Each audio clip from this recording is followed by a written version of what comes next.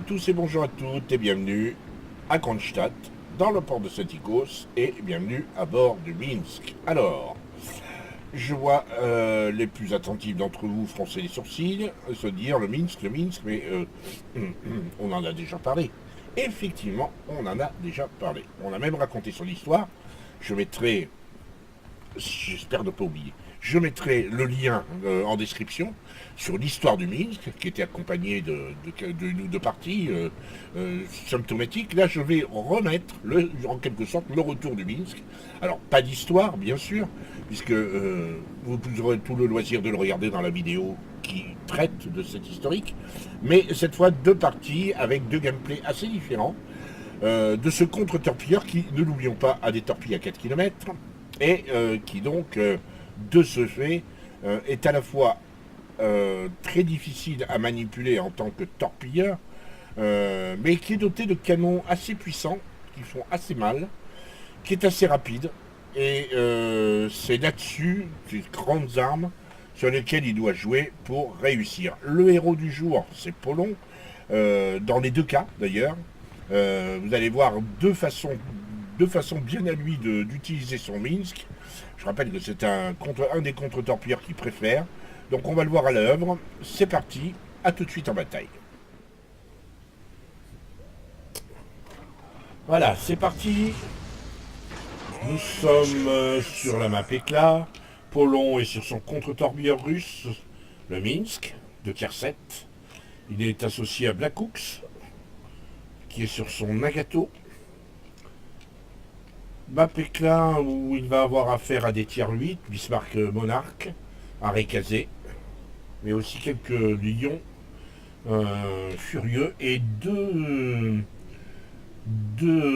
contre-torpilleurs, enfin non, deux DD de tier 7, un Mas et un Chiratsuyu en division, ce qui est assez chaud pour ça, parce que les divisions de DD sont toujours assez redoutables, qui sont bien coordonnées. Là, il se précipite sur B. Habituellement, il est plutôt du genre à longer B pour prendre l'information, mais là, j'ai l'impression que il va se précipiter derrière l'île. Il va pas faire comme il fait d'habitude. D'habitude, il casse ses codes. Là, il va les respecter. Il va chercher à caper B tout de suite. Ouais, c'est ça. Il se précipite sur B.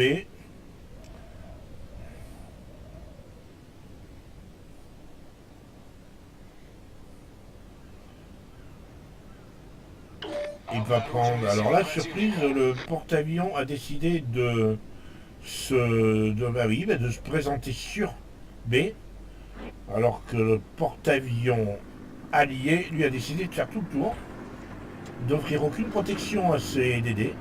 C'est un concept. Après, il y en a quand même 5 qui le visent, là. Il est repéré à lui. Voilà. Prestant il cap.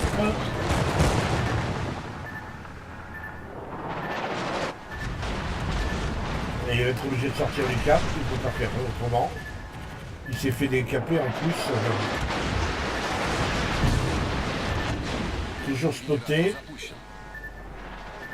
Ouais, il va sortir du cap. Non, il n'est pas sorti. S'arrêter juste à temps. Ouais, pas mal. Alors là, on voit des torpilles, probablement du Mas. Je pense. Donc là, il peut caper tranquillement. Finalement, il s'est pas fait tant décaper que ça, tant mieux. Ouais, il y a quand même eu tout le monde sur le dos. Le porte-avions réagit avec un peu de retard. C'est dommage qu'il n'ait pas pensé à mettre ses chasseurs tout de suite pour enrayer indépendance contre indépendance, oui, en termes de porte-avions. Mais bon, il a réussi à caper. Il a fait son job.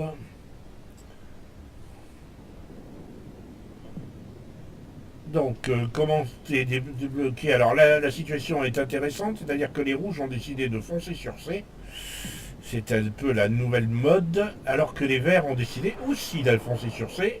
C'est l'ancienne stratégie. Là, comme il se doit, ça c'est trop long dans le texte, ces contre-torpilleurs, ils les utilisent beaucoup au canon.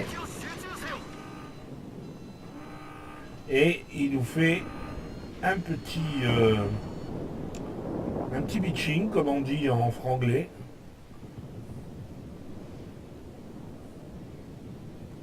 Il est toujours repéré, il y en a deux qui le visent. Et il n'est plus visé.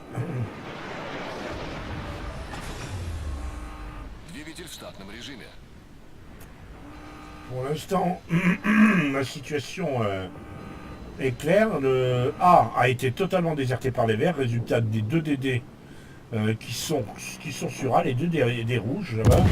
Shiratsuyu et Mas, le duo, ont capé tranquillement. Et maintenant, tente de prendre la flotte à revers.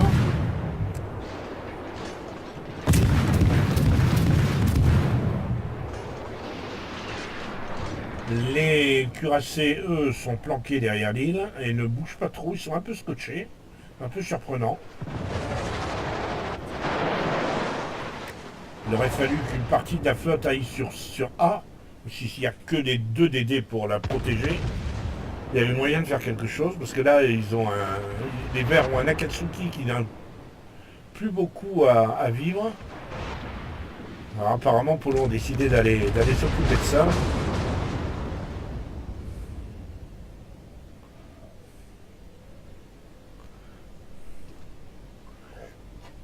Les rouges ont perdu 2 destroyers. Mais apparemment plutôt. Ils les ont perdus plutôt autour de C. Autour de A. Donc. Voilà, il dit. Polon est en train de demander à l'Akatsuki de quitter sa smoke et de s'en aller. Et c'est assez évident qu'il faut faire ça parce que c'est un Shiratsuyu qui est en face. Il a des torpilles qui peuvent faire très mal, qui peuvent aller loin. Là, il lui demande de l'aide maintenant. Il faut s'occuper des... Voilà, qu'est-ce que j'avais dit hein, torpille du Shiratsuyu.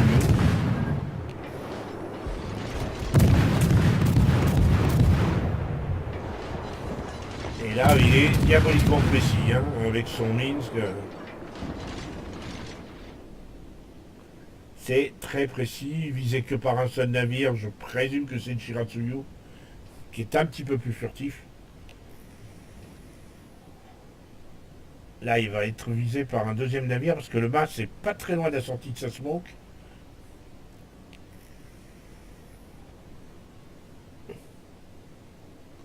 Il était pas très loin non plus des torpilles, hein, là où elles étaient plutôt bien placées. Voyons si Polon va nous faire un coup de torpillage à 4 km, comme il en a le secret, surtout avec le Minsk. Petit... Oh, il y a 130 points d'écart. Ça, voilà, déjà, ça change, il n'y a plus que... allez, quoi, 60 points d'écart. Ça va très vite. Mais il ne s'agit que des destroyers qui ont été détruits pour cette bataille. Polon utilise la smoke du Mas et de son aveuglement au Mas, qui est réfugié dans sa smoke, pour le contourner, l'attaquer sur un angle auquel on ne s'y attend pas. Quand on voit la map, le voilà le Mas. Boum. Il lui a cassé le moteur. Le Mas peut absolument plus se défendre. Hein. Voilà. Et le Mas s'attendait visiblement pas à être coulé de cette manière. Donc il ne leur reste plus qu'un Shiratsuyu. On sait où il était, voilà, il est quelque part par là. Il est visé, c'est probablement le Shiratsuyu qui le spot. Voilà, il ne l'est plus, donc le Shiratsuyu doit être derrière une île. Mais moi je parierais pour la petite île qui est derrière. Je parierais pour la petite île qui est derrière, à savoir celle-là, celle qu'on voit là. Viser à nouveau. On va rendre la main à Polon. Ouais, je crois que Polon est en train de diriger ses canons vers là. Il doit penser comme moi.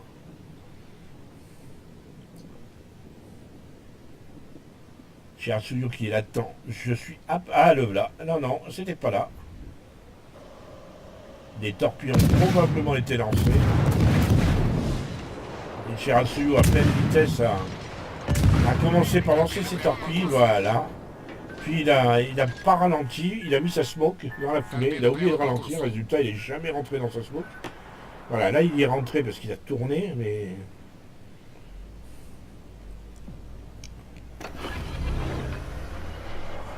La bataille, pour l'instant, tourne à l'avantage des Verts, c'est incontestable. Et Polon est en mano à mano avec deux contre-torpilleurs, maintenant plus qu'un, puisqu'il en a coulé l'un des deux.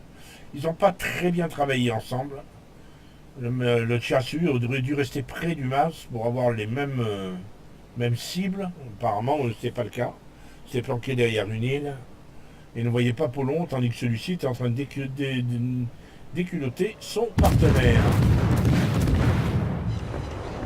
Là, le Chirasuyu n'a aucune chance en notre fight contre un Minsk, c'est évident. Voilà, terminé. Le coup au canon, comme il se doit, c'est très roleplay. Hein. Polon joue définitivement le Minsk. Et ces DD, cette branche de DD russe, il le joue définitivement en croiseur, en midi-croiseur. C'est-à-dire, en fait, le job comment dirais-je, le job d'un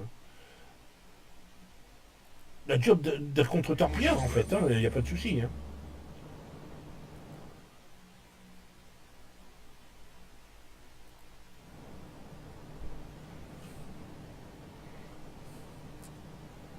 Là, il va caper tranquillement.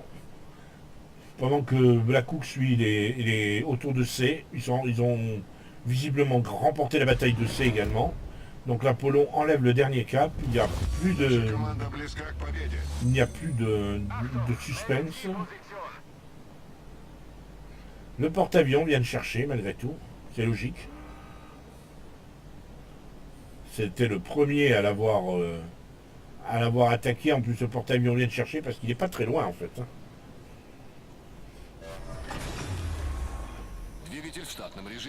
Là, il a mis son boost moteur.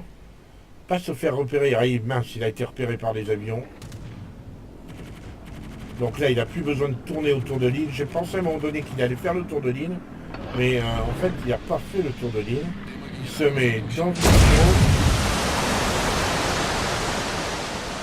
Est-ce que le porte-avions va tenter le torpillage manuel?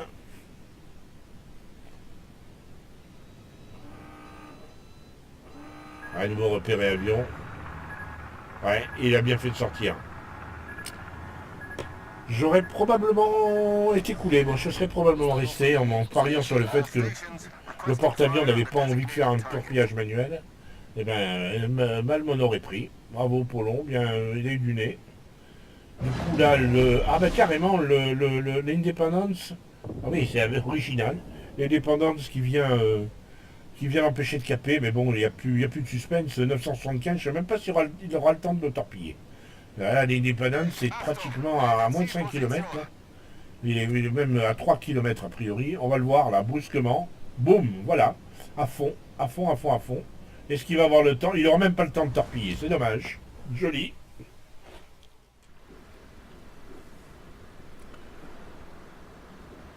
Alors, retour sur le port et retour sur le Minsk. Ça, c'est le mien, mais c'est pareil. Donc, le Minsk, qui est le contre-torpilleur de tier 7, c'est de lui que parlent les deux branches. Les deux branches de contre-torpilleurs russes qui viennent ensuite. C'est-à-dire le contre-torpilleur, on va dire, le contre-torpilleur pur et le contre-torpilleur torpilleur. Voilà. C'est à partir du tier 8 qu'on a ces deux branches. Là, jusque-là, on a véritablement des navires qui sont des purs contre-torpilleurs. Donc, on va regarder les écrans de la bataille. C'est bien sûr une victoire, 4739 d'XP, 1067 d'XP libre, c'est pas mal. 2 navires coulés, 37 coups au but, 16 000 de dégâts. Et malgré ce si peu de dégâts, il finit premier, avec 1564 d'XP. Alors, on a vu quand même que l'équipe d'en face a été particulièrement pitoyable. C'est vrai, mais bon, encore fallait-il tirer son épingle du jeu. En termes de dégâts, il a tiré que sur 3 navires et il a fait des dégâts que sur 2, sorti le Mas et le Chiratsuyu. 16 000 de dégâts au canon. Un petit incendie à 136. Il a tanké pour 739 500, ce qui est assez considérable. Il a fait 73 km, ce qui est largement bien. Il a pris 120 points de capture sur 180. En d'autres termes, il a pris 2 caps. Donc ça compte énormément. Et on a vu, en quelque sorte, à travers cette bataille, le véritable rôle du contre-torpilleur russe. C'est-à-dire qu'il n'est pas là pour faire du spot, forcément. Par contre, il faut réellement s'en servir comme d'un pur petit croiseur. Un peu comme on se servirait d'un croiseur anglais. Voilà.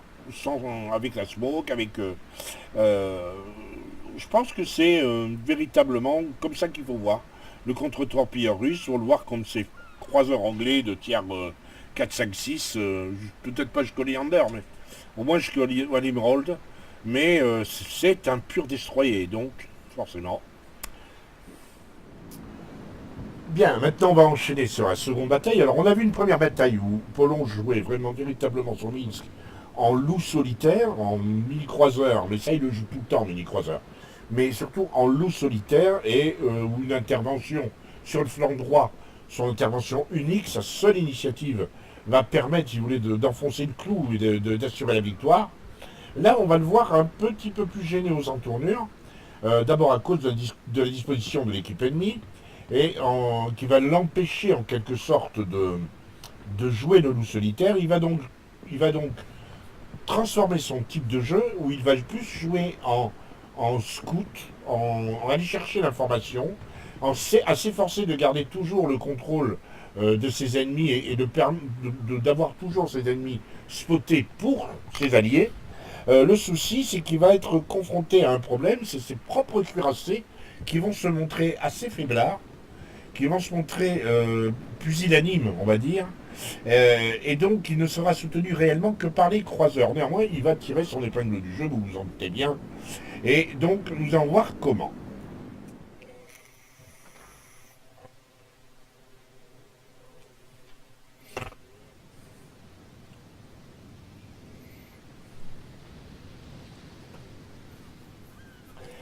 Coup d'envoi de la partie, nous sommes sur le Minsk de Polon, donc pour cette seconde partie, sur la map voisin. Et cette fois, il est en division avec le York de Papy et le King George V de Griffon. Donc, de division plutôt hétéroclite. On va voir comment elle se comporte. C'est une division tier 7, donc il est top tier. Grosso modo, la moitié de l'équipe est en tier 7, l'autre moitié étant tier 6 et tier 5. Enfin, il y a un tier 5 de part et d'autre. Quelques tier 6 séparent. Le reste, bon, il faudra se méfier. C'est quand même une partie avec 5 destroyers de part et d'autre. 4 cuirassés de part et d'autre. Et des croiseurs qui font mal, comme l'Algérie, le Myoku, voire le Nuremberg, qui peut faire très mal au Minsk, avec son petit temps de rechargement et sa grosse capacité à mettre des incendies. Alors, comme il se doit, Polon se dirige vers cette fameuse ligne C et B, ligne C et B. Il va faire du spot. Il est associé ici à Chiratsuyu, qui est devant lui, un petit peu plus furtif, donc c'est peut-être plutôt Chiratsuyu de partir en premier. Polon va jouer son Minsk comme il le joue bien souvent, c'est-à-dire en croiseur léger de support. Il est là pour protéger Chiratsuyu, en quelque sorte. Il est suivi par le York, et ce qui est étonnant, c'est que quasiment toute équipe est restée dans le port. Alors soit ils ne sont pas encore rechargés la partie, soit ils ne savent pas quoi faire, ce qui est quand même surprenant. Ici, il croise un Mahan, qui est peut-être un de ses plus gros rivaux dans la partie, en termes de torpilleurs, parce qu'il y a l'Algérie derrière. L'Algérie qui est peut-être son plus gros ennemi. Et là, il joue son rôle. Vous voyez, c'est lui qui attaque. Et il aide le Chiratsuyu. Et déjà les dégâts pleuvent sur le Mahan. Et ça ne trompe pas, hein, le Myoko et tout tire sur le Chiratsuyu. Du fait de sa furtivité et sa capacité de mettre des torpilles à plus de 10 km, c'est vrai qu'il peut faire très très mal. Hein. Alors là, il commence déjà à prendre des dégâts. Ça, c'est le Myoko, a priori.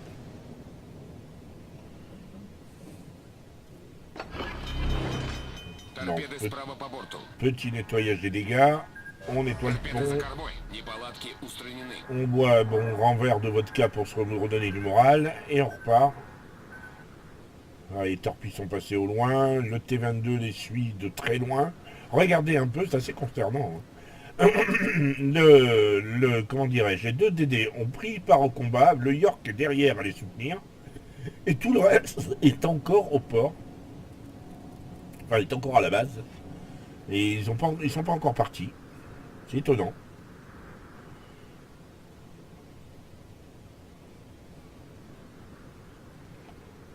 Ça manque un poil de décision et de... Il y a même un cuirassé qui est en train de couper la route à Griffon, là. Qui s'apprête à... Oui, il a carrément lui couper la route et ils n'ont pas quitté leur base. Par contre, à l'est, là-bas, en colonne 3, il y a un cuirassé et un croiseur qui se sont pas mal éloignés. C'est assez dangereux. Hein. Alors, le Janway, lui, torpille en eau profonde, pas grand-chose à craindre. Lui, c'est un tiers 5, mais là, le Myoko, hein, eh oui, de tous les cas, c'est visé avec son Myoko.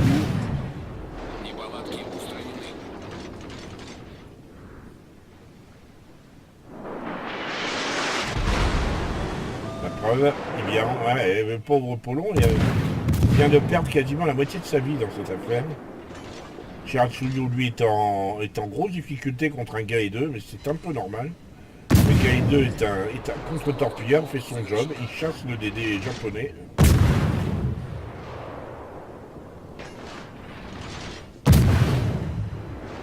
Et du coup, Polon fait son job, il soutient le Chiratsuyu.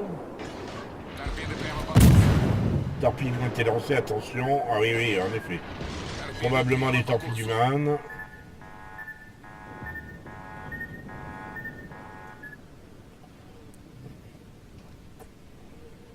Pour l'instant, ils interdisent la poussée rouge sur cette ligne C et B.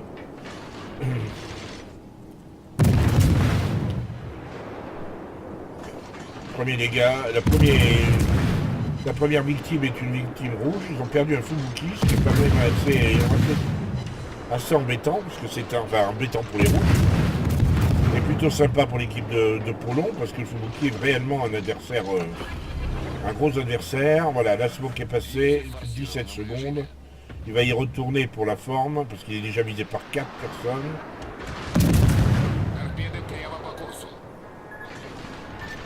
À niveau des torpilles, je suppose que c'est encore le Mahan qui est dans le coin.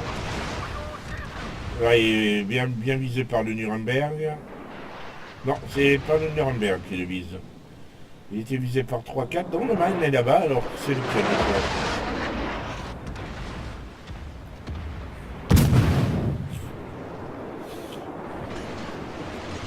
Il a déjà tanké pour quasiment 300 000. Hein. C'est important. On va essayer de remettre des dégâts d'incendie sur le jeu d'Algérie. Feu sur feu, faut le faire brûler.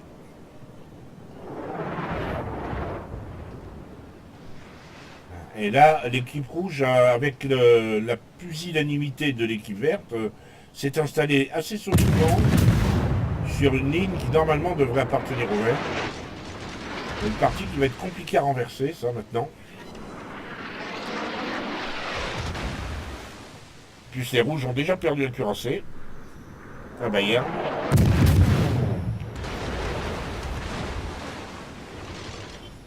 Il y a 3 qui le visent. Attention. La portée de l'Algérie est assez... Le rend ce navire extrêmement dangereux pour les cuirassés. Pour les destroyers, pardon. Encore une fois, il va essayer d'aider son CDD, là. Sortir le Minsk, ce serait bien, au canon, de préférence. Voilà, le Minsk est sorti, mais c'est pas Polo qui l'a eu. Ils ont perdu 2 destroyers, mais il en reste encore 3 et ils sont dans une position assez formidable, les rouges.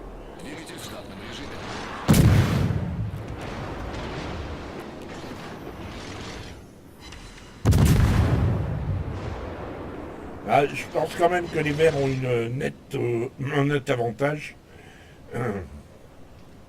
De par leur position stratégique, quand on regarde la minimap.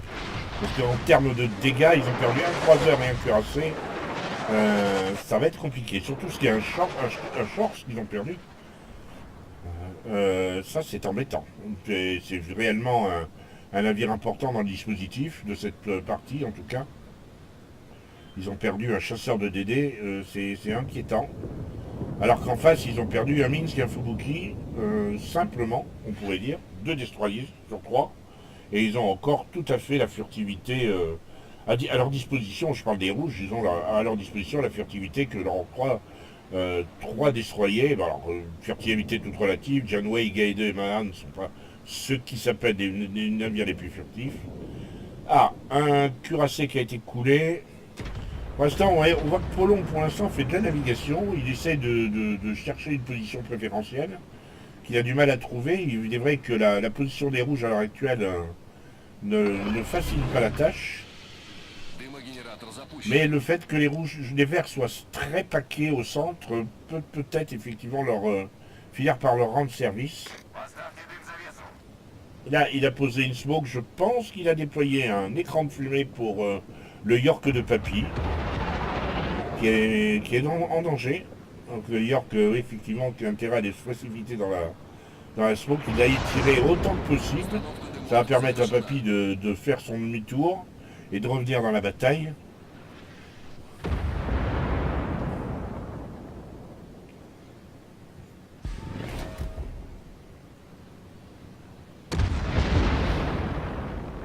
Je crois que là, ça y est, il a visé. Sa première victime à la torpille, en tout cas. Ça pourrait être le Charnance.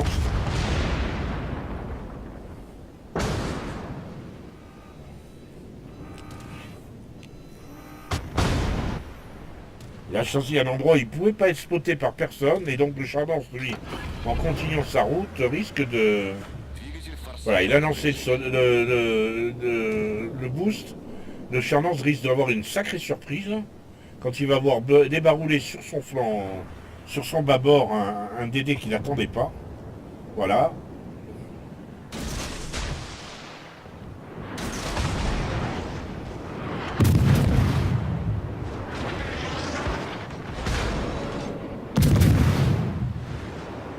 Un coup sur le man, qui serait bien, voilà, qui est bien le bienvenu. Il peut sortir le man sur cette salle. Voilà. Le man est sorti et boum, frappe double. Alors là, c'est ouf. Frappe double, Charnance et man en même temps. Voilà, ça c'est un tour de magie. Là, cherchez pas, c'est le cuirassé en question, à savoir le Gneisno. Il va vraiment avoir du mal à s'en tirer. À moins qu'il décide d'aller chercher... mais il prend des... Alors il est plus spoté là. Il est plus spoté du tout. Les torpilles, c'est pas pour lui, c'est des torpilles alliées. D'accord. Alors on va redonner la main à Apollon, parce que visiblement il se moque éperdument du Gneisno. Enfin il s'en occupe pas. Non, ça va, le Gneisno n'est pas prêt de spotter, donc il a repéré un nouvel adversaire. Il a 35 000 de dégâts. Vous voyez que le Minsk peut parfaitement se jouer en mini croiseur, un croiseur d'appui. Allez, un petit passage à la paix, on commence à dynamiter le Myoku. Parce que là, la paix du Minsk pourrait tout à fait faire les dégâts appropriés au Myoku.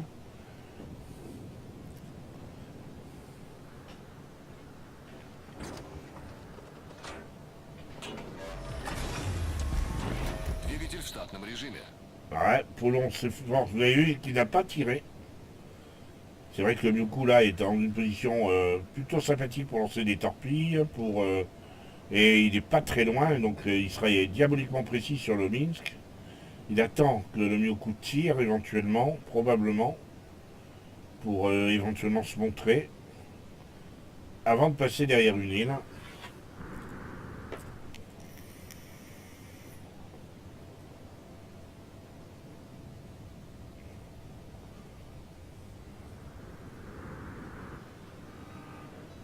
Intéressant. Alors la position de Papy et de Griffon est plus sur la ligne D, mais à l'ouest.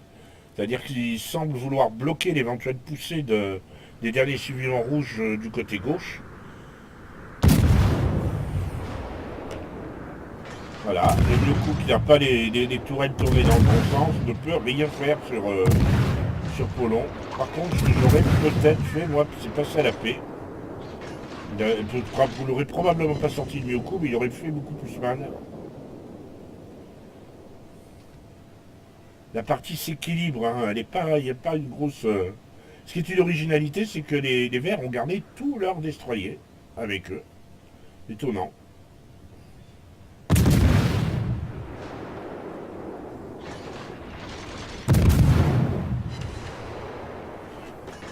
Il s'est placé dans une position intelligente parce que le Myoku ne peut absolument rien faire. Il va être obligé de tourner pour accélérer la rotation de ses tourelles parce que les tourelles sont très lentes à tourner.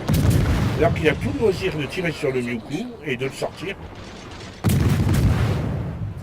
Par contre, pour la deuxième fois, j'insiste, mais il aurait dû passer à la paix là.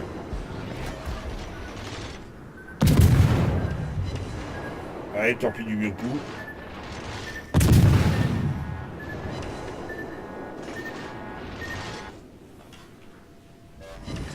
Oui, d'Elisabeth sortie par la Tsuharu à la torpille. Les destroyers font un sacré job hein, dans son équipe. C'est impressionnant. Par contre, là, il ne voit plus le Myoku tel que le Myoku était. Ah oui, là il va se... Oui, c'est pas... Non. Alors, comment il est le Myoku? Est-ce qu'on va le voir? Ouais, Guy 2, le dernier survivant des destroyers ennemis. Il a intelligemment fait marcher arrière, mais en tournant. C'est qu'il s'est fait lober par les obus du Guy 2, qui pouvaient sortir sur ces deux salles. Alors, dans l'équipe de Polon, il ne reste plus que les destroyers, les 5, toujours intacts. En face, ils ont les croiseurs, et oui, et là, pour l'instant, c'est les rouges qui ont pris l'avantage.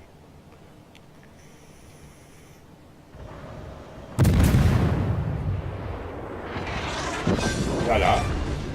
Torpillage sur le Gaïdé. Et léger avantage pour les Verts. Ceci dit, les Verts sont en train de caper. Hein. Ils sont en train de prendre la base ennemie. Ils ont au moins 2 destroyers dans la base ennemie. La partie. Et dans la base alliée, il y a un destroyer qui monte à garde. Je pense que... Ouais, il n'y a plus qu'un croiseur. Gleisno s'est fait couler. Ils ont vraiment fait une sacrée belle partie. Les destroyers ont fait un sacré job. Arriver à rester, c'est assez rare de trouver 5...